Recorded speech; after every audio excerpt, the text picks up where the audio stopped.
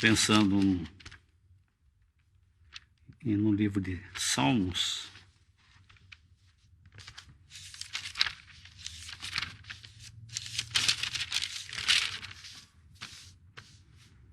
Salmos, capítulo 23. Nós vemos que esse salmo, ele é muito conhecido. Muitas pessoas têm esse salmo aberto em suas casas, né, como um amuleto de sorte, né? E falando sempre dessa maneira, o Senhor é meu pastor, nada me faltará. Então nós vemos que esse salmo de Davi, ele é muito interessante, mas é bom que se conheça esse pastor, não como muitos que têm apenas essa Bíblia aberta para poder achar que dessa maneira ele poderá desfrutar, né, desse salmo somente com a Bíblia aberta. E esses dias atrás eu estava lendo um livro que fala justamente desse pastor, e a pessoa que escreveu esse livro, ele é um fazendeiro que ele cuidava de ovelhas. E é uma coisa interessante porque ele faz uma aplicação dessas ovelhas conosco. Nós vemos que o Senhor sempre fala dessa forma, falando de nós como ovelhas desgarradas, né? E ele faz essa aplicação desse salmo com essas ovelhas. Porque a ovelha é um animal muito carente de tudo, ela precisa ser guiada totalmente. Nós vemos que o trabalho do pastor com essas ovelhas é 24 horas por dia. Porque a ovelha, ela não sabe discernir o que comer. O que tiver à frente, ela vai comendo. Então, o trabalho do pastor é ir à frente dessas ovelhas e preparar e tirar tudo aquilo que pode fazer mal para essas ovelhas. Então, é um trabalho árduo que o pastor tem de cuidar dessas ovelhas dessa forma. Porque se deixar elas entregues a si próprio, elas vão comer o que tiver na frente. Elas vão pastando e comendo toda a erva que ela encontrar. E daí isso pode ser prejudicial para a sua saúde. Então, o pastor tem que ir à frente, tem que preparar esse campo, como nesse salmo fala, né? Preparas, versículo 5, preparas uma mesa perante mim. Então ele tem que preparar. Então essa ovelha é totalmente dependente. Essa ovelha também, nessa questão de água, ela vai e bebe qualquer poça de água que ela encontrar. Isso também é prejudicial para ela. Ele tem que pegar e guiar essas ovelhas às mansas águas. E então nós vemos que essas ovelhas, elas são carentes para tudo. E os olhos do pastor têm que ficar a todo momento ali olhando para essas ovelhas. E existe mais uma coisa que acontece com essas ovelhas. Elas têm sobre sua cabeça, até hoje foi interessante, lá em Piracicaba, onde eu moro, tem aqueles, não sei se aqui em Limeira tem, mas tem aqueles mosquitinhos pequenos que você fica incomodado, você não consegue nem comer, aqueles mosquitos ficam a todo momento rodeando, né? E aquilo perturba. E essas ovelhas também, elas sofrem com esses mosquitos voando sobre sua cabeça. E o pastor, ele tem que ter esse cuidado, porque elas ficam tão desesperadas com essas moscas voando sobre sua cabeça, que elas começam a correr pelo pasto até exaustão, né? E bater com a cabeça uma na outra para se livrar daquelas moscas.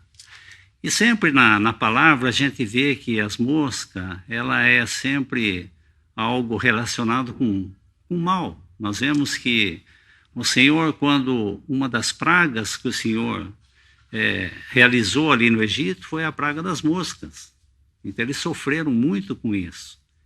Então esse pastor, o que ele faz para que essas ovelhas não fiquem perturbadas com essas moscas? Obrigado. Ele pega óleo e unge sua cabeça com óleo. Então a cabeça dessa ovelha, ele passa aquele óleo, como fala no Salmos também, da mesma forma, né? Versículo 5. Preparas uma mesa perante mim, na presença dos meus inimigos. Unges a minha cabeça com óleo. Então,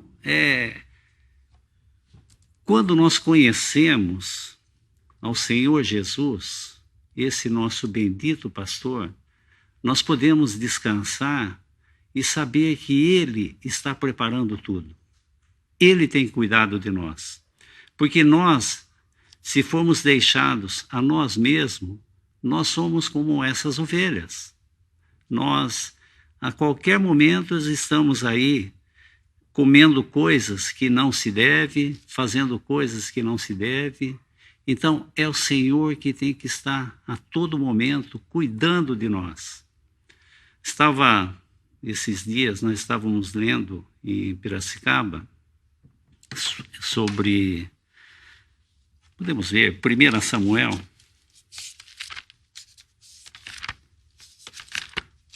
1 Samuel, capítulo 30.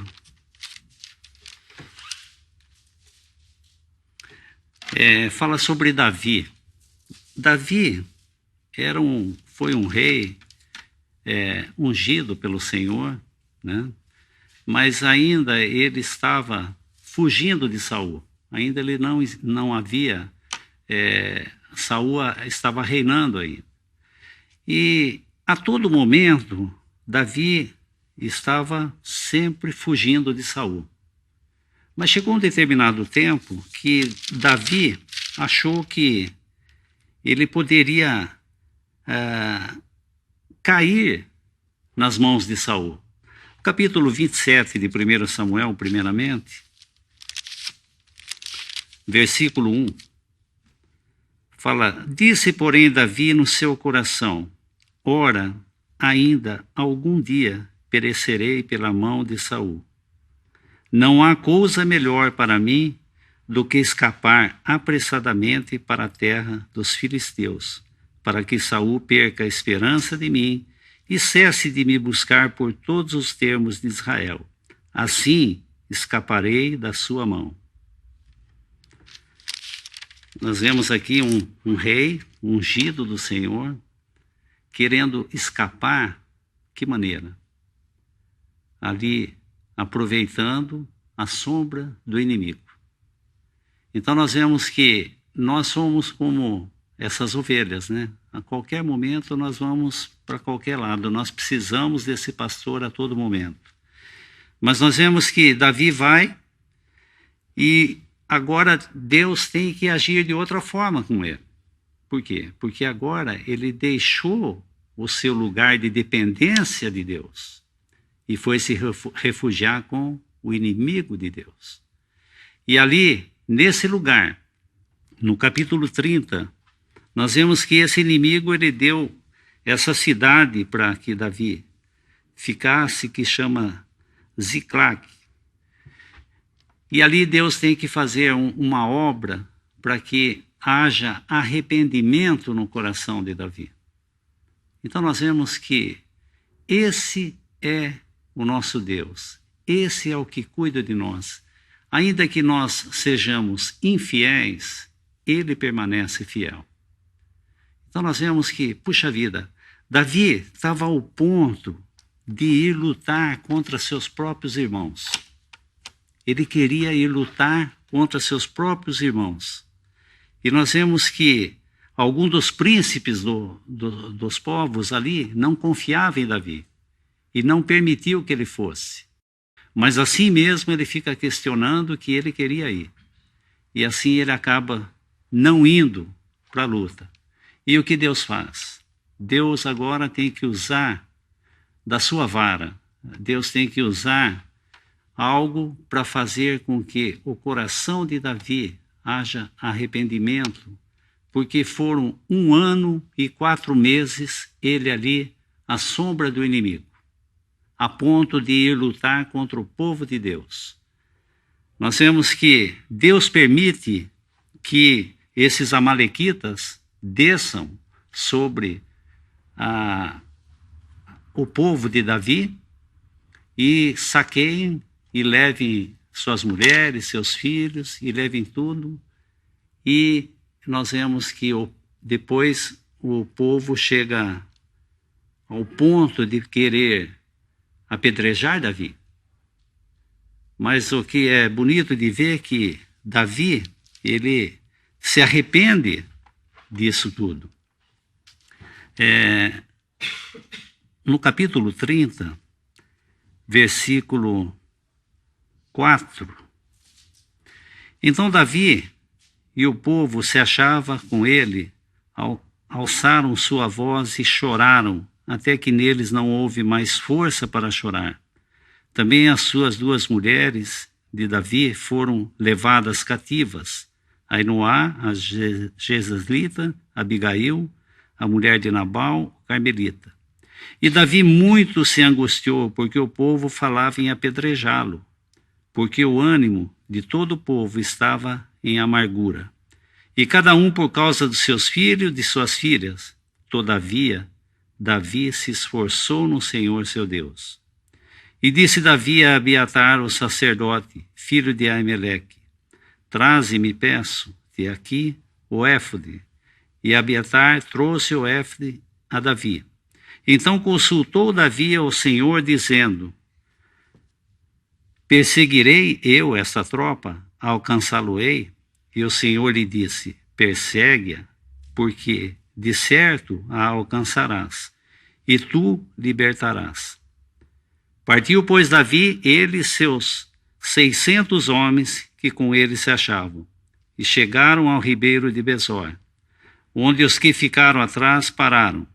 E seguiu Davi e os 400 homens, pois 200 homens ficaram para trás, por não poderem, de cansados que estavam, passar o ribeiro de Besor. E acharam no campo um homem egípcio, e trouxeram a Davi. Deram-lhe pão e comeu. Deram-lhe a beber água. Deram também um pedaço de massa de figos secos, 2 cachos de passas, e comeu, e voltou-lhe o espírito, porque havia 3 dias e 3 noites que não tinha comido pão, nem bebido água. Então Davi lhe disse: De quem és tu? E de onde és? E disse o moço egípcio: Sou servo de um homem amalequita, e meu senhor me deixou, porque eu adoeci há 3 dias. Nós demos com ímpeto para a banda do sul dos Queretitas, para a banda de Judá, para a banda do sul de Calebe, e pusemos a fogo a Ziclague. E disse Davi: Poderias, descendo, guiar-me a essa tropa? E disse-lhe: Por Deus, me jura que me não matarás, nem me entregarás na mão de meu senhor, e descendo te guiarei a essa tropa. Desculpa ler tudo isso aí, mas senão a gente não vai entender o contexto. Mas eu vejo assim a graça de Deus, porque Deus permitiu que o inimigo fosse e fizesse tudo isso, mas a ninguém mataram.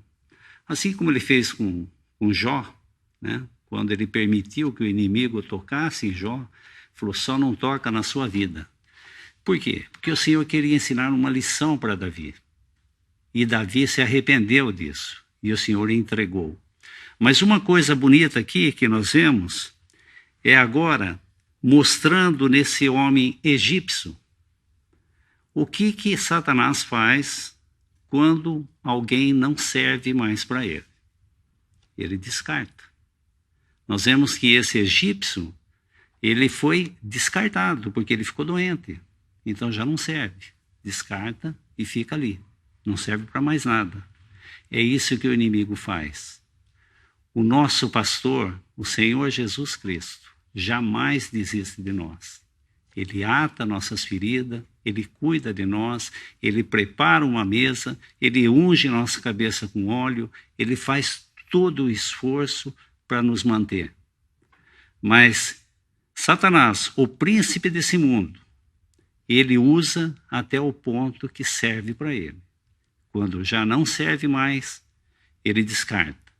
Esse egípcio foi descartado. Mas não bastou apenas Davi curar suas feridas, alimentá-lo. Ele queria algo mais. E o que ele queria? Ele queria que Davi jurasse que não mais entregaria ele ao seu Senhor. Então nós vemos que agora, uma vez que nós aceitamos a Cristo como nosso Salvador, jamais o inimigo irá nos tocar sem a permissão de Deus. Então nós vemos que esse egípcio, ele foi beneficiado com tudo isso, mostrando a graça de Deus para com todos. Deus é um Deus de graça e de misericórdia. Então, aquela má sorte desse egípcio em relação ao seu Senhor foi a melhor coisa que houve para ele. Por quê? Porque ali ele encontrou Davi, uma figura de Cristo, que usou de misericórdia e ali atou suas feridas e não entregou mais na mão do seu Senhor. Então isso que é bonito de a gente ver, como que nós estamos num lugar seguro. Então não basta somente alguém ter a sua Bíblia abertinha ali, sem realmente conhecer esse bondoso pastor, esse que cuida de nós, esse que ele faz todo o esforço para nos manter em sua mão. Esse homem criador de ovelhas, mais uma coisa interessante também, que tem com a relação de ovelhas, nós vemos que essas ovelhas, elas são dependentes e elas conseguem somente beber água quando tudo está calmo. Esse pastor, ele guia, amansa as águas e ela bebe quando está calmo. E uma vez ele recebeu uma visita de umas pessoas que foram visitá-lo no seu sítio, e essa pessoa tinha um pequeno cachorro pequenês, e esse cachorro saiu correndo atrás dessas ovelhas. Essas ovelhas se dispararam como loucas e correndo de um lado para outro, desesperada, e chega a ponto de elas se machucarem de tanto correr. Então nós vemos que qualquer ruído, qualquer coisa é o suficiente para espantar essas ovelhas. E o pastor tem que estar atento a tudo isso. Então ele fazia com que as pessoas que iam visitá-lo não levar cachorro, e ele tinha que cuidar dessas ovelhas. E tinha mais uma característica também que eu acho interessante: ovelha virada. Podemos fazer como aplicação, né? Podemos aplicar dessa forma. Uma ovelha virada, se ela não for tosada adequadamente, ela fica gorda, e ela deita num terreno côncavo, ela não consegue mais desvirar. Ela morre ali, começa a dar cãibra nas suas patas e ela acaba morrendo. Então o trabalho do pastor é ir lá e desvirar a ovelha. Ele ficava também atento quando ele via assim corvos voando assim, ele tinha que ficar atento. E por quê? Podia acontecer de uma ovelha estar virada lá e ele tinha que ir lá, desvirar essa ovelha e ter esse cuidado. E também se essa ovelha estivesse prenha também, acontecia muito isso de a ovelha virar. Então era um trabalho árduo desse pastor de ficar toda hora cuidando dessas ovelhas, a todo momento. Então nós vemos como que essa aplicação de ovelhas para nós é muito interessante, porque nós dependemos totalmente do Senhor. porque nós nos desviamos a qualquer momento. Nós vemos que em João, Evangelho de João, capítulo 10,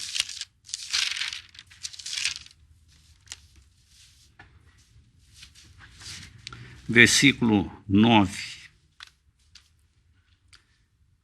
Eu sou a porta, e se alguém entrar por mim, salvar-se-á. Entrará e sairá e achará pastagem. Nós vemos que Cristo é a porta. Cristo é a porta da salvação. Em nenhum outro há salvação, somente em Cristo. E a palavra diz que todos pecaram e destituídos estão da glória de Deus. Então Deus, ele quer salvar o homem. Todos foram destituídos da glória de Deus. E uma vez salvo por Cristo, jamais ele vai perder. Em Romanos capítulo 8,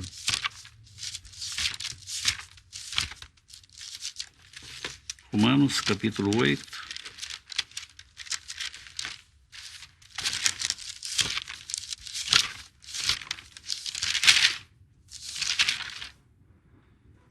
versículo 1. Portanto, agora, nenhuma condenação há para os que estão em Cristo Jesus.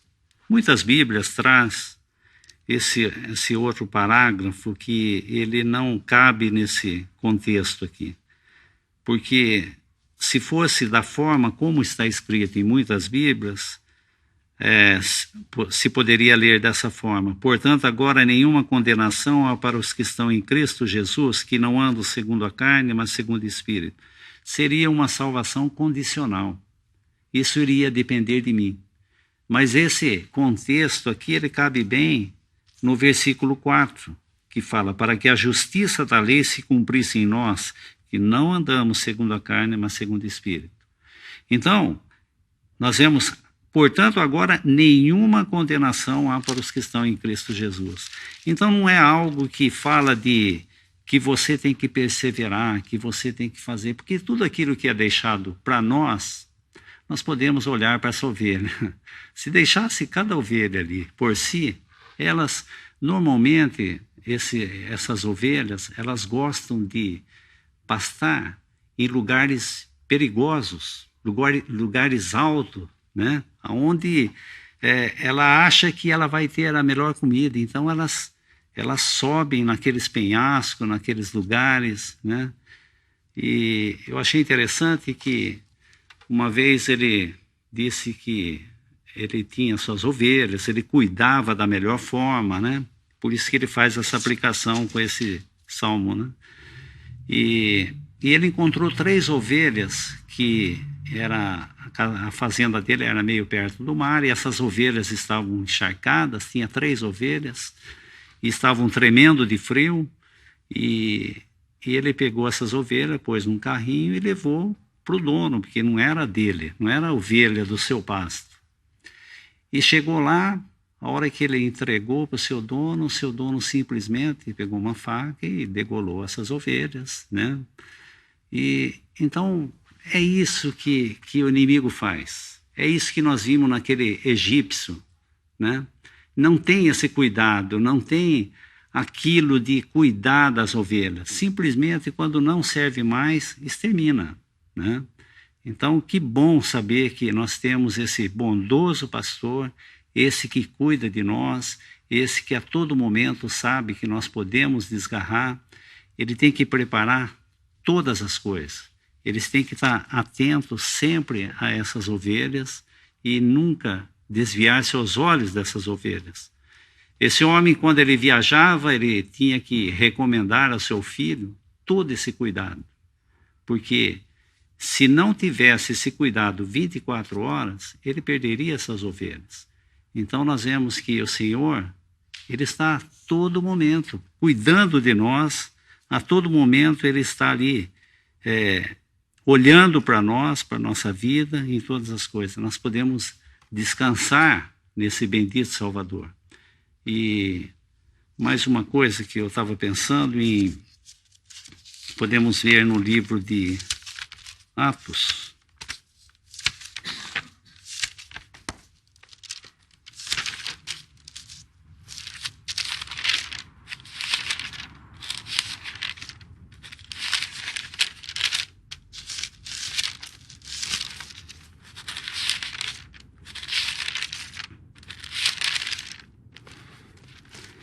No livro de Atos, eu estava pensando aqui justamente no seu capítulo 10, sobre esse homem centurião Cornélio.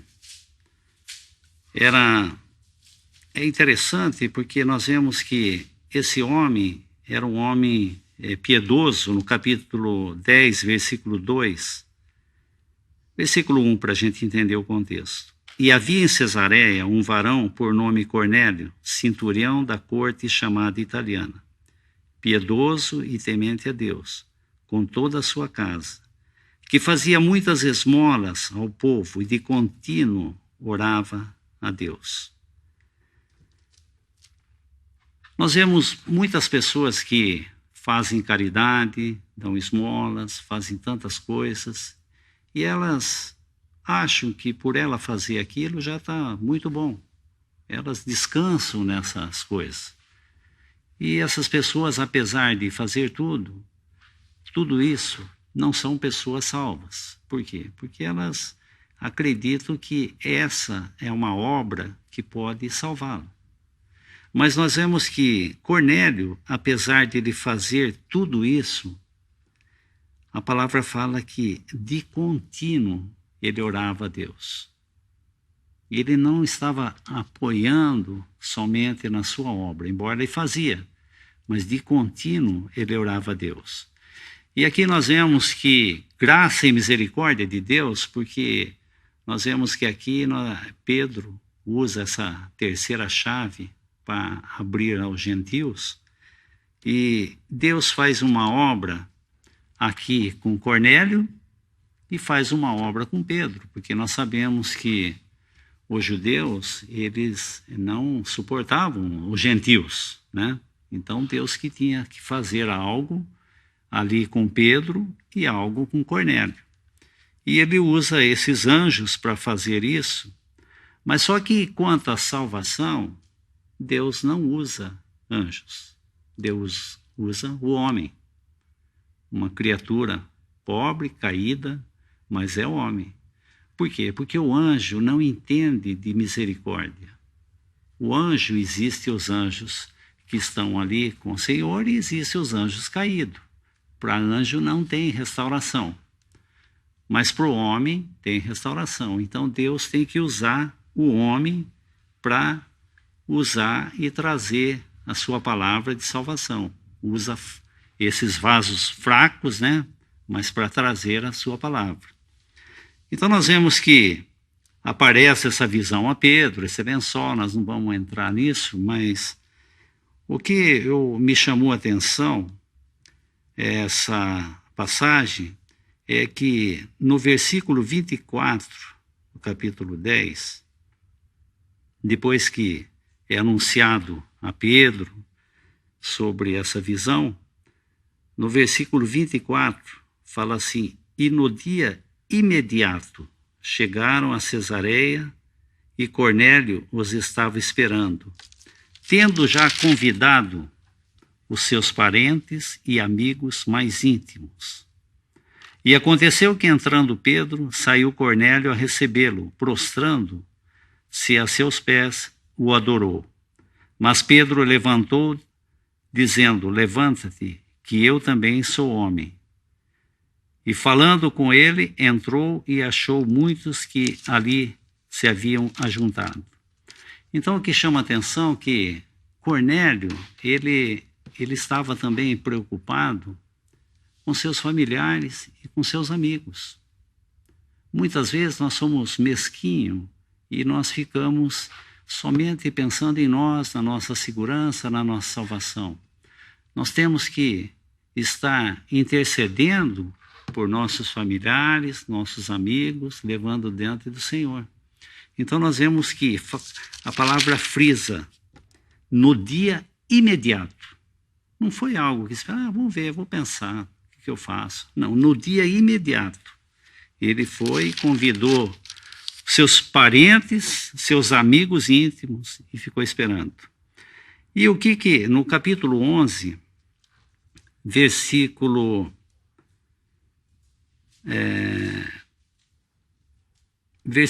12. E disse meu espírito que fosse com eles, nada duvidando. E também esses 6 irmãos que foram comigo, entramos na casa daquele varão. E contou-nos como vira em pé um anjo em sua casa. E ele dissera: envia varões a Jope e manda chamar a Simão, que tem por sobrenome Pedro, o qual te dirá as palavras com que te salves, tu e toda a tua casa. Olha que bonito de ver, né? Então, a oração desse homem foi ouvida. O Senhor utilizou esses anjos apenas para levar essa visão a Pedro e a Cornélio. Mas nessa questão de trazer a palavra de salvação, era Pedro. Pedro era o apóstolo que ele não era o apóstolo dos gentios, mas Deus aqui usou Pedro para abrir essa porta. Nós sabemos que Paulo, sim, é o apóstolo dos gentios, mas Deus usou aqui Pedro dessa forma. Então nós vemos que Deus é um Deus de graça, de misericórdia, e Ele quer salvar a todos. Então, voltando uma vez mais a falar do Salmo, nós vemos que de nada adianta eu ter a minha Bíblia aberta ali e ficar pensando: o Senhor é meu pastor, nada me faltará. Porque eu tenho que conhecer esse pastor.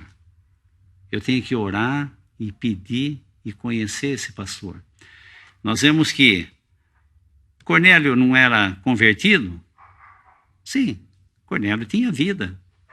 Mas ele precisava ter a certeza da sua salvação. E foi Pedro que trouxe para ele essa certeza da salvação. Então nós vemos que tudo parte de Deus, não é algo que o homem dá um primeiro passo. Nós vemos que quando o Senhor fala para Nicodemos: importa-vos nascer de novo? Como que o homem pode nascer de novo? Não tem como partir isso do homem. Deus que tem que operar dessa forma. É tudo uma obra de Deus. Então, como esse pastor, tudo ele fazia para as ovelhas. As ovelhas eram totalmente dependentes. Se ela deixasse a si própria, elas comiam o que via na frente, ela não fazia nada, não podia produzir nada. Então é o pastor que tem que estar preparando tudo. Ele que tem que preparar, ele tem que dar vida, ele tem que dar fé, ele tem que fazer toda a obra. Então, nós podemos descansar nisso. Então, se alguém não conhece ainda esse bondoso pastor, faz como Cornélio. Ora, pede, e os seus ouvidos estão abertos para ouvir, né? Que Deus não tem prazer na morte do ímpio, e sim que ele venha e se salve. Que o Senhor possa abençoar a sua palavra, e se ainda alguém não conhece esse bendito pastor, possa, ainda hoje, como Cornélio fez, imediatamente. O Senhor tem pressa. Amanhã não tem certeza nenhuma de salvação. A palavra fala: hoje é o dia da salvação. Temos a graça. Deus, nosso Pai, damos graças essa noite pela Tua palavra. Pedimos, Pai, que Tu possa ajudar, se alguém ainda não crê, o Teu Filho como único e bendito Salvador. Somente Tu pode gerar vida e trazer salvação a essa alma. Nós te damos graças, Pai, por essa porta aberta até o dia de hoje, essa obra que Teu Filho realizou ali na cruz. É suficiente para salvar a qualquer um que se achegar a Ele. Damos graças porque esse Evangelho tem sido pregado em tantos lugares e somente Tu pode gerar essa nova vida para que possam ser salvos. Nós te agradecemos nesse nome bendito, do Teu Filho amado, Senhor Jesus Cristo. Amém.